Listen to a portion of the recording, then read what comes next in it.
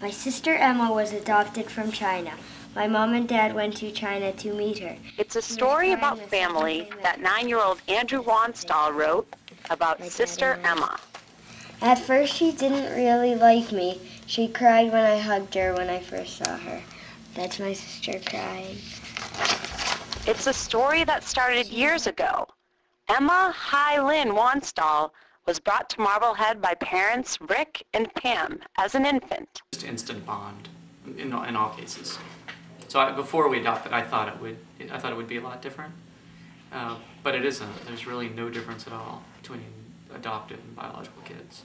The Wanstalls adopted Emma to expand their family and their culture. As Brother Adam says about his adopted sister, it's not a big deal. It's not like something like, whoa. It's something natural. but sometimes Emma will ask about China and about her birth parents. But says Rick, to Emma, it's never really about being different. Sometimes she'll look in the mirror with me and she'll just look, but she never says anything.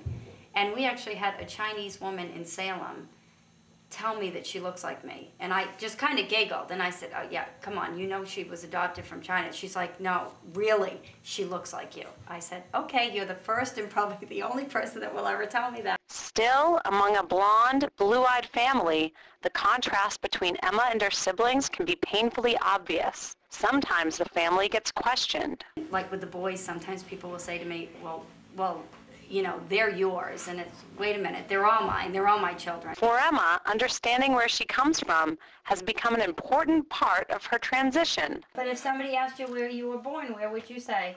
China. Right.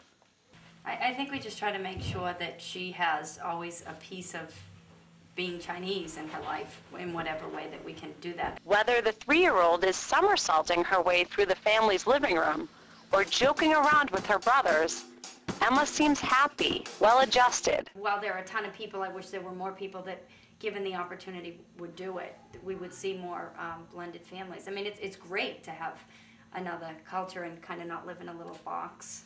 And perhaps one day, Emma will venture back to China.